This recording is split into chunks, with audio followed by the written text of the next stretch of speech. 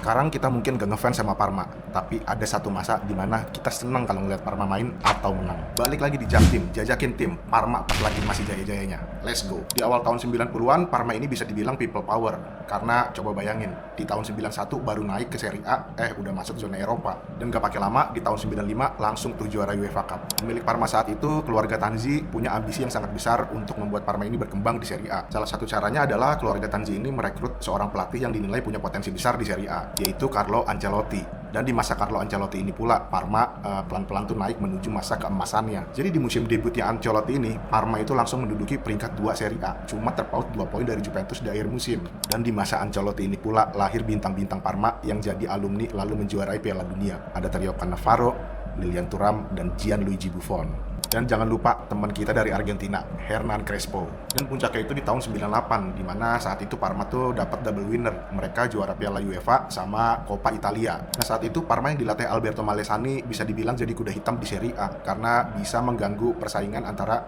klub-klub besar yang ada saat itu. Tapi yang gue sayangin itu Parma ini kayak nasibnya tuh kayak klub-klub kelas menengah di Eropa pada umumnya. Jadi pas ada pemainnya yang bagus dikit, langsung direkrut sama klub yang lebih gede. Ya Buffon, Thuram, Cannavaro, Almeida, Crespo, Joan Sebastian Veron.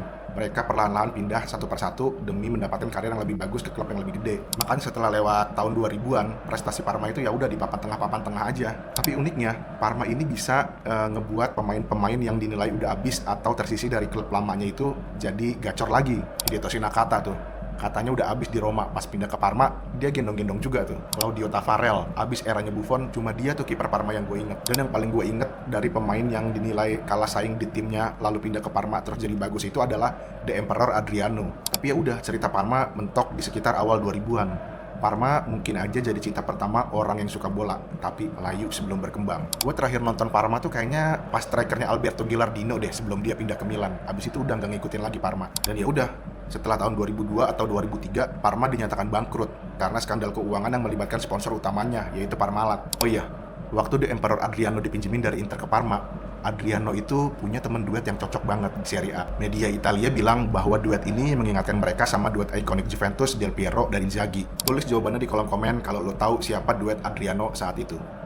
Gue tunggu.